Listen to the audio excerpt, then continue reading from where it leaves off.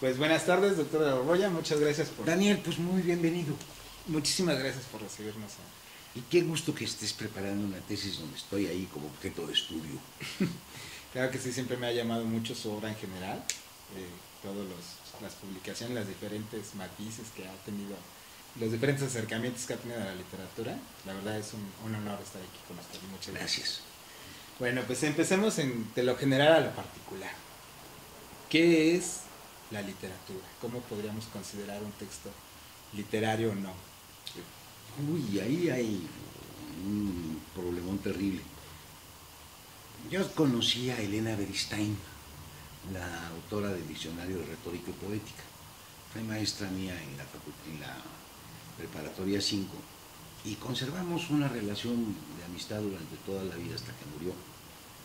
Y me decía alguna vez que la literatura no se podía definir, porque cuando los críticos lograban encontrar algunas notas comunes y acuñaban una definición, inmediatamente, como era un arte viva, alguien salía e inventaba una cosa que desbordaba la definición. Entonces, es muy difícil definir cualquiera de las manifestaciones artísticas, porque justamente lo que las caracteriza es que están en un perpetuo cambio y unas revoluciones terribles. ¿Cómo metes en un concepto, por ejemplo, una obra totalmente carente de forma, de contenido, de mensaje, como cualquiera de las manifestaciones del dadaísmo? Ajá. Mafarque, el futurista de Marinetti, ¿cómo la puedes catalogar junto a una obra con una arquitectura formal perfecta como la Divina Comedia de Dante? Meterlas como literatura ambas en un concepto, no hay manera, de verdad, es un problema.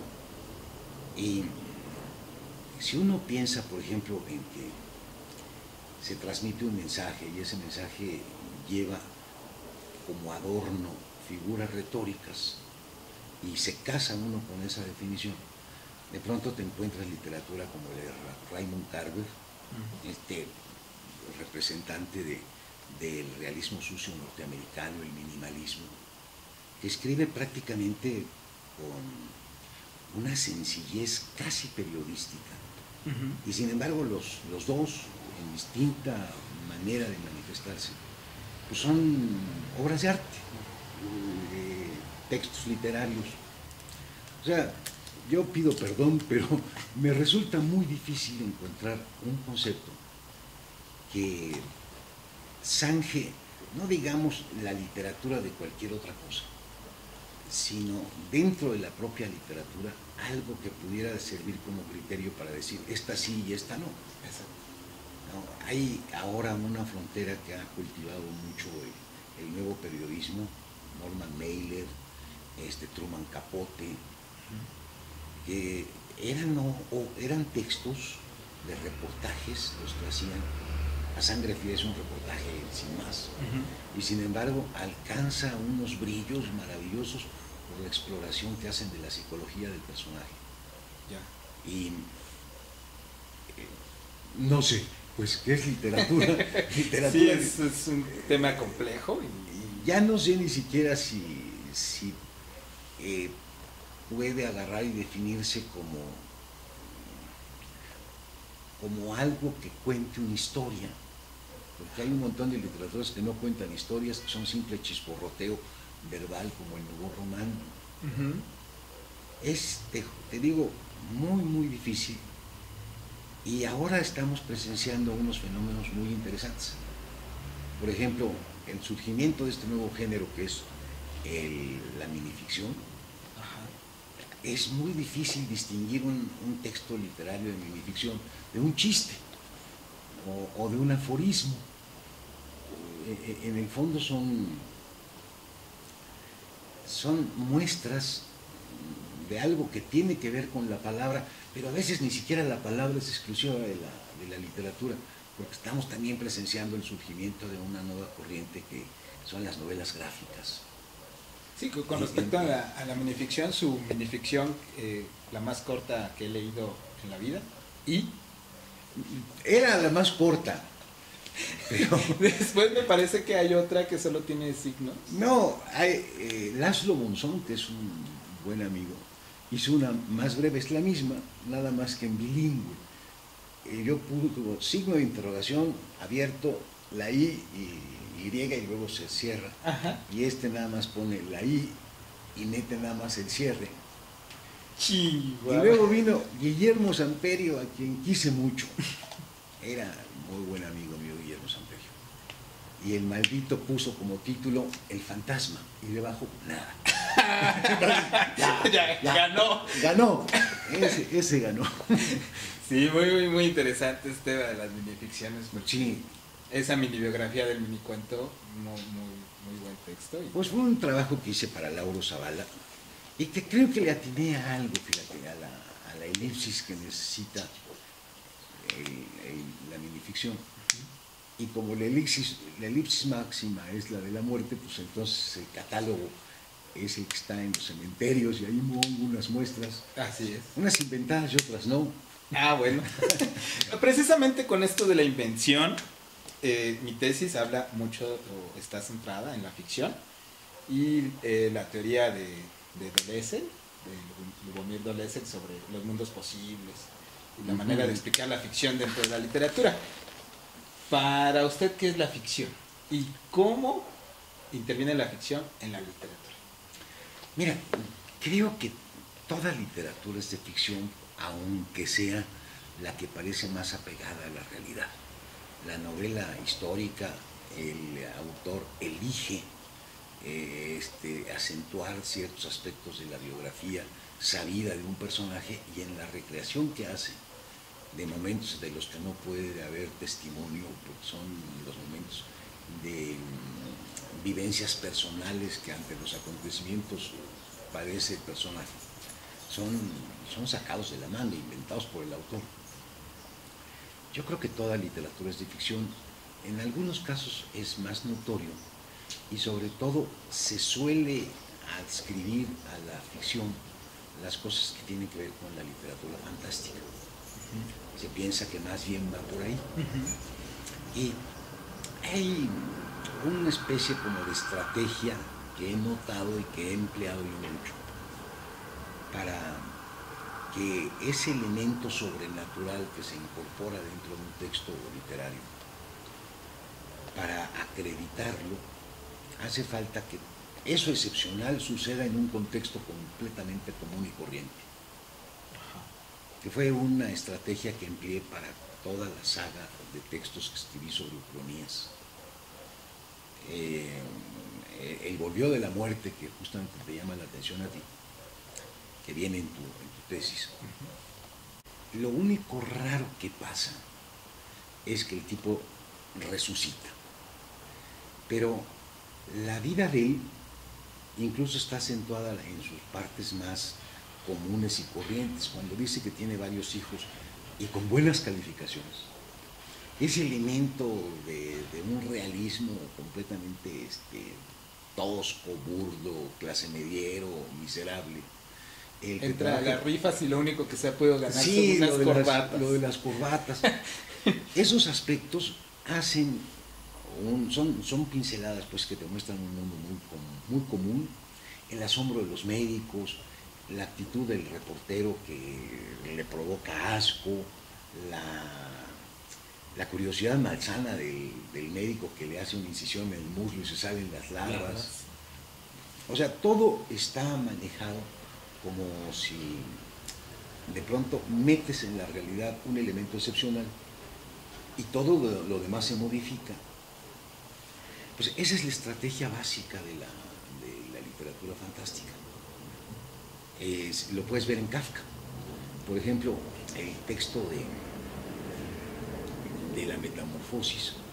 Una familia vulgar, están esperando al novio y a los parientes del novio que van a pedir la mano de la hija de la familia, hermana del que se convierte en escarabajo. Y lo único que pasa es que aparece el hermano, incómodamente sería convertido en escarabajo. Y entonces la reacción es el qué dirán. Sí, no hay que esconderlo. Exacto. Es un estorbo, una molestia. Casi se ignora el hecho de que es un escarabajo. Eh, Siempre que veas un texto de literatura fantástica vas a ver que lo que le da su validez al elemento sobrenatural son las reacciones comunes y corrientes de todo lo que lo rodea. Eso es así, aunque si ves 100 años de soledad, ahí todo es raro. Sí. No, Sí. todo es raro. De todos modos, la conducta de los personajes, las envidias, las traiciones, son del mundo de la realidad. Eso es lo que le da su sostén. Si enrareces todo el mundo, se te cae la obra de las manos. Necesitas conservar un aspecto muy de acuerdo con la legalidad de la vida cotidiana normal, para que entonces lo sobrenatural brille de una manera excepcional.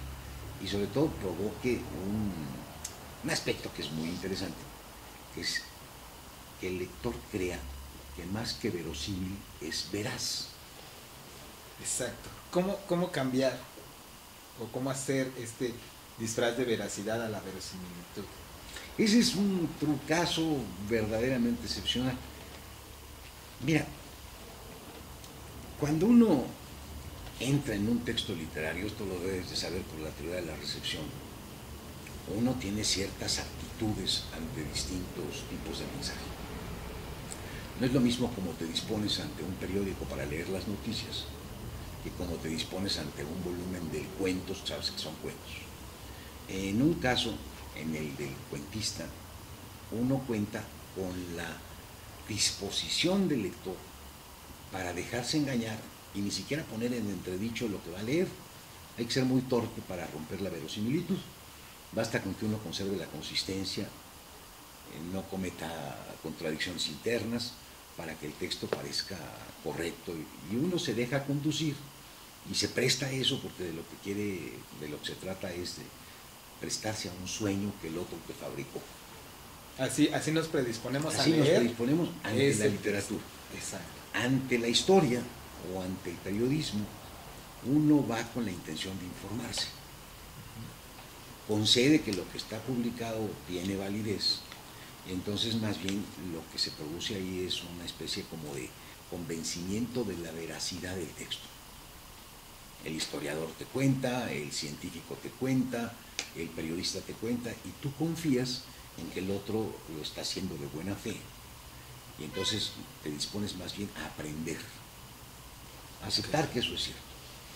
Lo que sucede con las ucronías, de la que forma parte El Bolillo de la Muerte, es que, valiéndome de los géneros del periodismo, el reportaje, la entrevista, el artículo de fondo, le meto los contenidos de la literatura.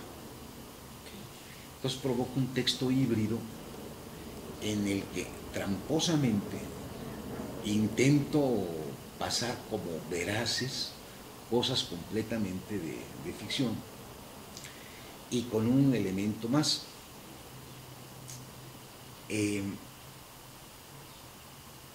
Aparece en un medio masivo y en un espacio, en un contexto en donde normalmente lo que se comentan son noticias reales. En el periódico.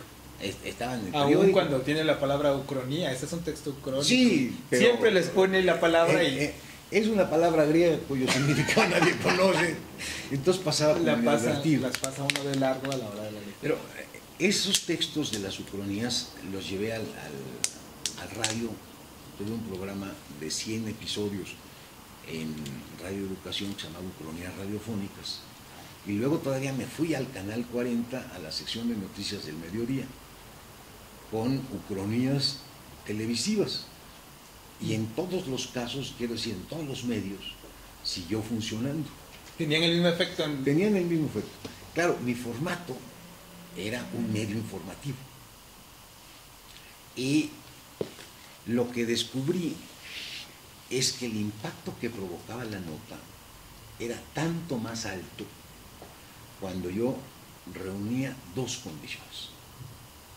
Que yo no era el principal informador de la noticia, sino que me había enterado por otros periodistas, entonces yo simplemente triangulaba la información.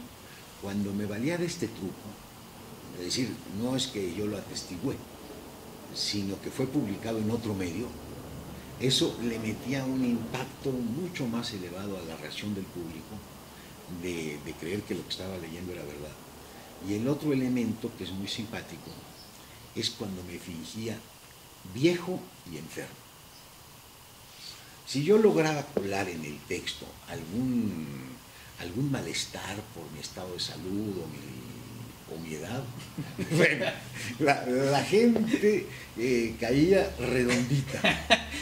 Y un último que se me estaba pasando, si yo metía un factor de desconfianza y aseguraba que lo que yo decía no le convenía a alguien y seguramente iban a haber una conjura en contra del texto, o sea, metía la cizaña, era infalible, los resultados garantizados. Mira, hubo una muy simpática que provocó también un escándalo, no tan alto como el Volvió de la Muerte, que provocó una concentración de locos en la Cruz Roja de Polanco. Yo estuve a punto de meterme a la cárcel porque los paramédicos tenían que contener a mis lectores en lugar de estar atendiendo a los atropellados. Entonces, yo no sabía que se iba a provocar ese relajo, pero afortunadamente no pasó a mayores. Pero una vez publiqué una cosa completamente delirante, pero completamente delirante. Esto lo puedes encontrar en internet, se llama Los males del castellano. Publico la nota en la que entrevisto a un médico patógeno que ha descubierto que la pronunciación castiza del español produce cáncer en la lengua. Sí, ya recordé eso. Bueno, esa nota fue republicada por el periódico El País y fue contracriticada por un académico de la lengua. Cayó. Lo cual me llenó de regocijo porque el tipo estaba indignado. Como no hubo respuesta, yo ni me enteré porque en aquellos tiempos no había era tan internet, inmediato, no era tan fácil. Me vine a enterar porque Eulalio Ferrer, el cervantista más importante que hubo en México, el dueño de Publicidad Ferrer, un tipo cultísimo que tenía a su cargo pues el Cervantino. A través de él me localizaron a mí porque no habían podido localizar a mi médico patógeno. Entonces, don Eulalio quería que lo pusiera en contacto con este tipo que estaba difamando al castellano para que desmintiera la cosa o por lo menos hubiera un debate. Exacto. En el que se aclarara esta cosa atroz. Y me invitó a desayunar a un restaurante de lujo. Y ahí a la mitad le dije, perdónme, pero es una ucronía. Y entonces el tipo tuvo una reacción muy interesante porque tosió así como diciendo, ya me lo temía. Ya me lo temía. Pero eran cosas muy divertidas. Y te digo que tenían que ver con un manejo muy maquiavélico de la consistencia del texto, de esta triangulación de la noticia, del fingirme débil y del meter cizaña. Sí. Con estos ingredientes lo que lograba era dar el paso de la verosimilitud a la veracidad. El sótano satánico en Templo El Mario, sótano. que dice, como algunos periodistas irresponsables andaban con ese. Ahí estaba triangulado. Exacto, ahí estaba la triangulación. Sí.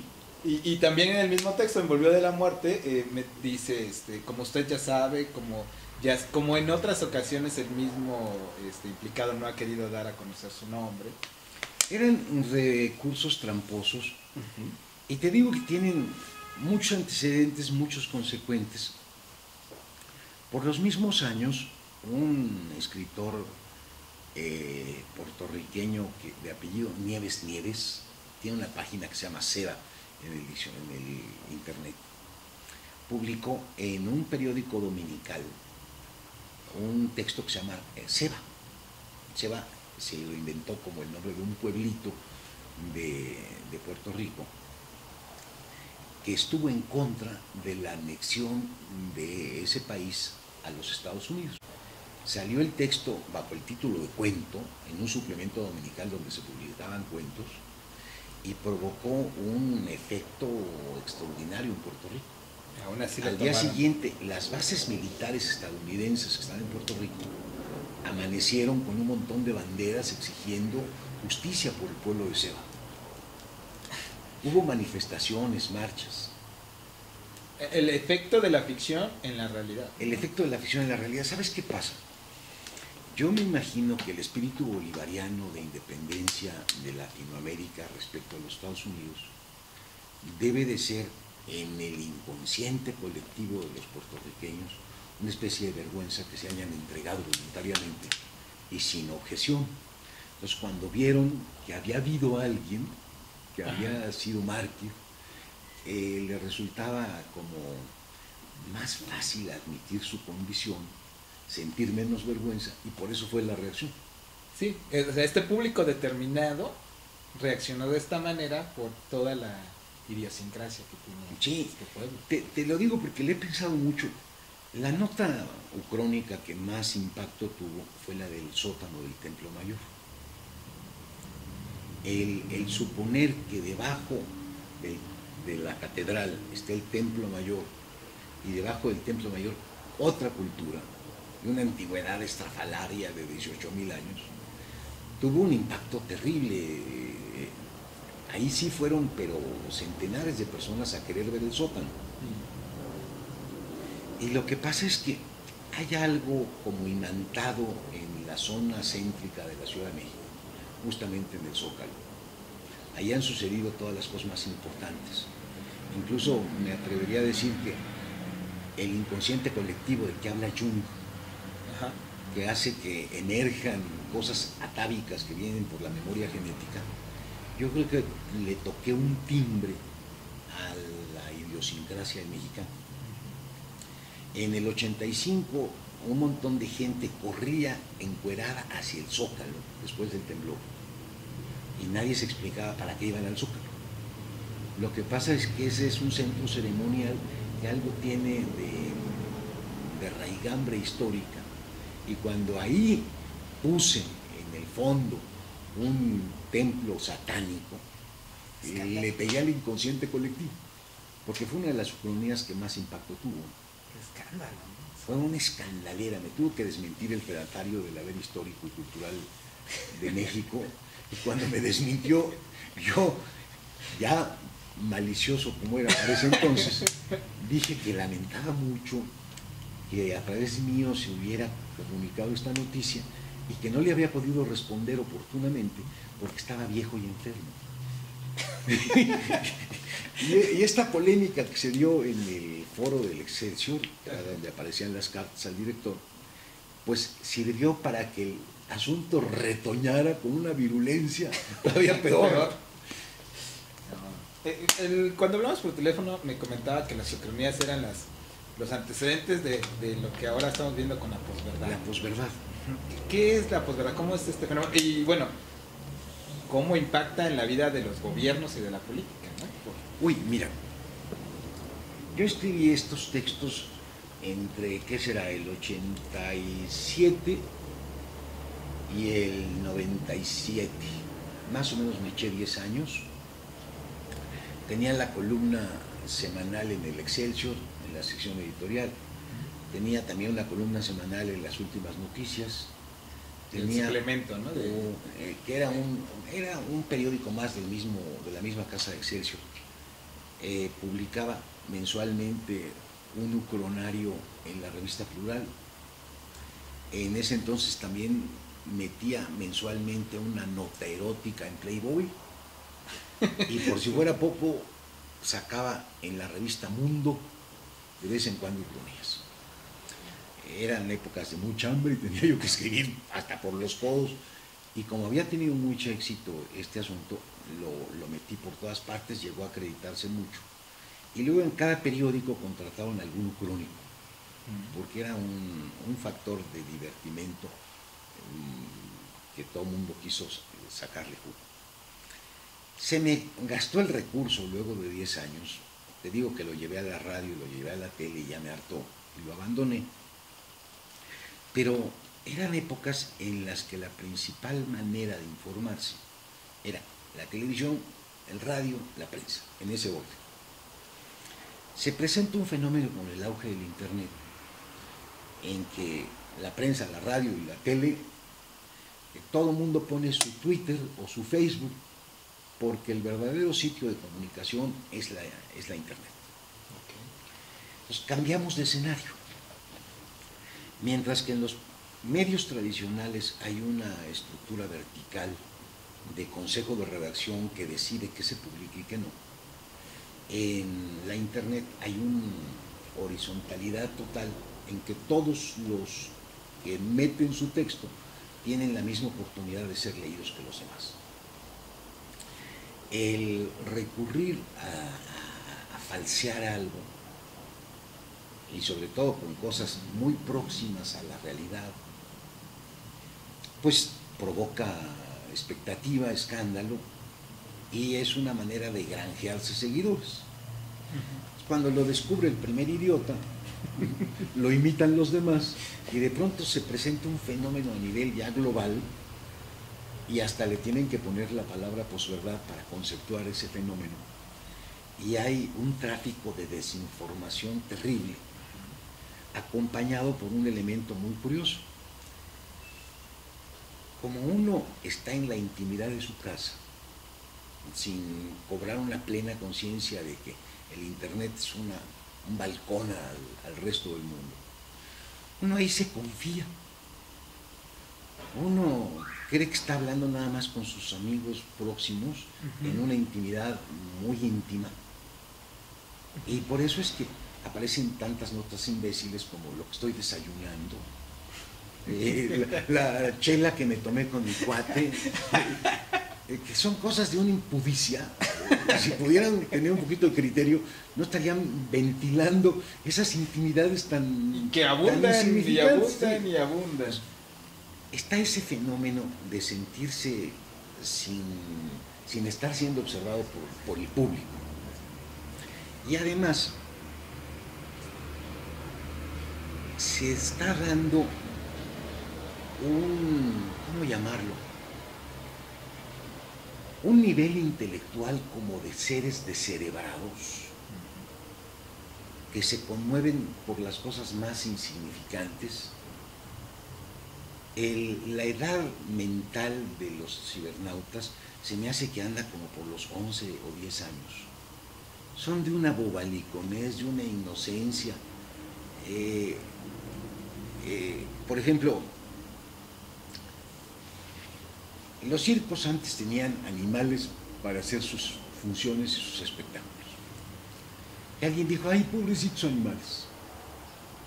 Esos canallas del Partido Verde Ecologista, que siempre han sido unos sátrapas, lo agarraron como bandera porque descubrieron que era una forma de atraer jóvenes incautos. Bueno, lo llevaron como ley y fue aplaudido por las redes sociales. ¡Ay, qué bueno que los animalitos no sufran! Sí. Bueno, jodieron a los circos, dejaron sin empleo a los cirqueros, y como los animales estos ya estaban acostumbrados a vivir en contubernio con los seres humanos, mantenidos porque no podían ser regresados a sus ámbitos naturales porque no tenían la costumbre de sobrevivir. ¿Qué se hizo con todos los elefantes y tigres y leones que antes era de quien dependían las empresas circenses? Pues los tuvieron que sacrificar.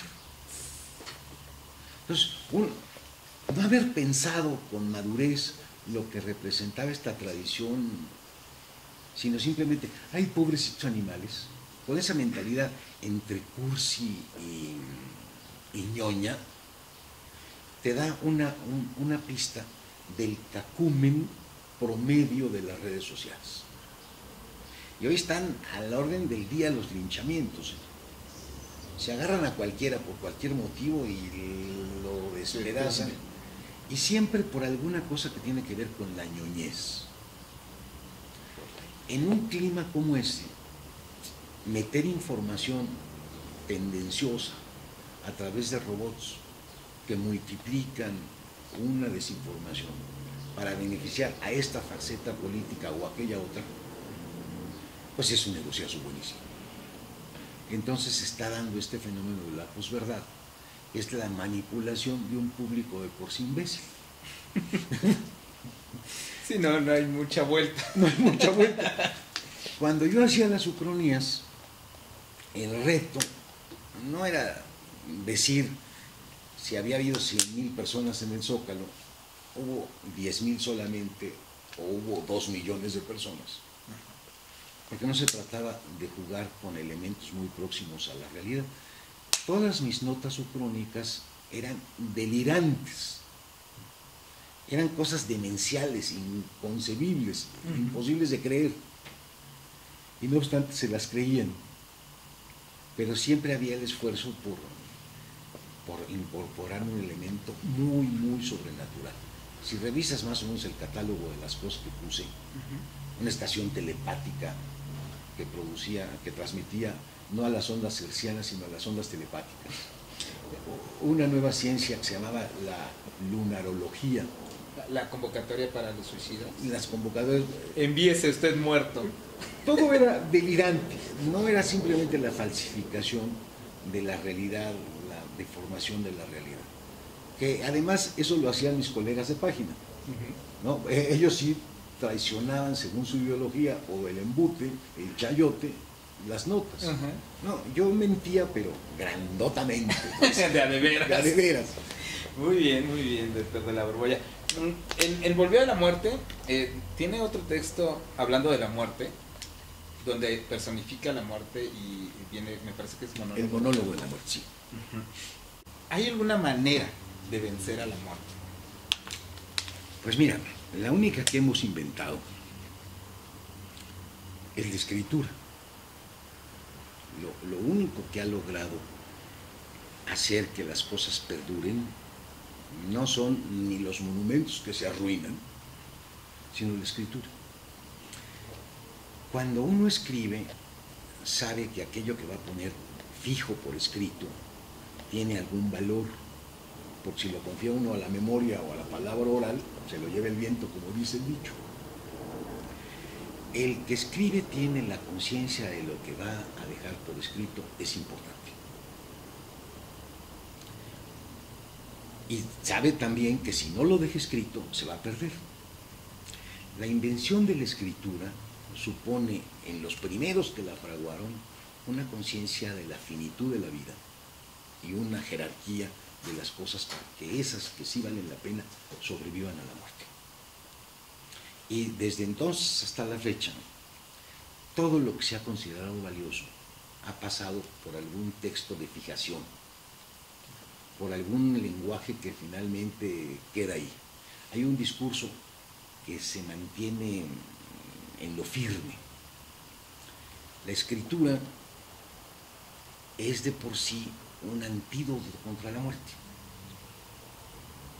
O mejor aún, el mejor de los que hemos inventado. Porque como cuando uno lee un texto antiguo, lo decodifica de acuerdo con sus referentes actuales, uno nunca puede entender realmente lo que el texto en su contexto quiso decir. Los referentes se oscurecen. O sea que ni la escritura vence a la muerte, pero es nuestro mejor intento. Sí, es nuestra piedra filosofal, pues. Sí, hay textos que no te llegan a transmitir lo que en su momento y con todo este contexto tenía precisamente los referentes. Te lo pongo con un ejemplo muy sencillo. Se En el diálogo del Fedón, ese momento en el que está escenificado el instante en el que Sócrates toma la cicuta, cuando está ya sintiendo que se le van entumeciendo los pies, las piernas, y cuando llega el diafragma se para el corazón y así se muere uno de cicuta. Ahí lo describe. En el último instante le dice a sus compañeros que están ahí reunidos, llorosos porque se va a morir: no se les olvide sacrificar un gallo escolapio. Y se muere. Nosotros lo leemos y... Sí, ¿eso qué? Y además dicen los eruditos que ahí está la prueba de la ironía socrática. Hay que entender lo que Escolapio significaba. Era el padre de la salud, que Sócrates pensaba que la vida era una enfermedad y que ahora que se moría por fin se iba a curar. y por eso había que sacrificarle un gallo escolapio. Ah, claro. Cuando uno no tiene el referente, te pasa como con los chistes. Sí, sí, te quedas. Los lees, pero ya no sabes a qué se refieren. Sí, en mi biografía del mini cuento hablaba que es una manera, la lectura, de vivir muchas vidas, ¿no? Sí. De acercarte a muchas vidas y de poder expandir toda esta experiencia que tenemos como solo una vida. Pues, doctor de la Borbolla, ha sido un placer. Pues muchísimo gusto y mucha suerte con ese examen. Ya que esté la tesis terminada, lo invitaré y mándame espero un que ejemplar me haga claro que sí, para leerla para con leerla. detenimiento, me va a dar mucho gusto. Y si puede estar en el examen mucho mejor para que no me peguen tan duro. Pues avísame y me asomo. Ah, pues muchas gracias. Yo encantado.